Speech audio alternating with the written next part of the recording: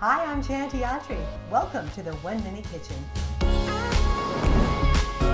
Hot dog, what a fun idea! Pizza dough and hot dogs woven into a delicious rug. 2 ingredients make a simple version. Add 2 more ingredients for the deluxe version. Here's what you'll need. Your favorite hot dogs, you'll need at least 8, and 1 canister of refrigerated pizza dough. Some bacon cooked up but not super crispy, and shredded cheddar make it deluxe. Flour your cutting board and roll out the dough. Then cut it into 7 strips.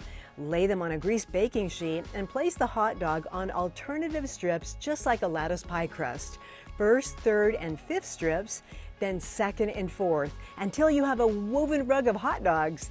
For the deluxe, add a piece of bacon, some shredded cheddar, and then the hot dog. Finally, for both versions, brush melted butter over the top and sprinkle with coarse salt. The deluxe gets some cheddar. Into the oven, and look at this. Cut it up, dip it in your favorite condiments, and devour. We'll see you next time on the 1 Minute Kitchen. 1 Minute Kitchen proudly presented by these sponsors.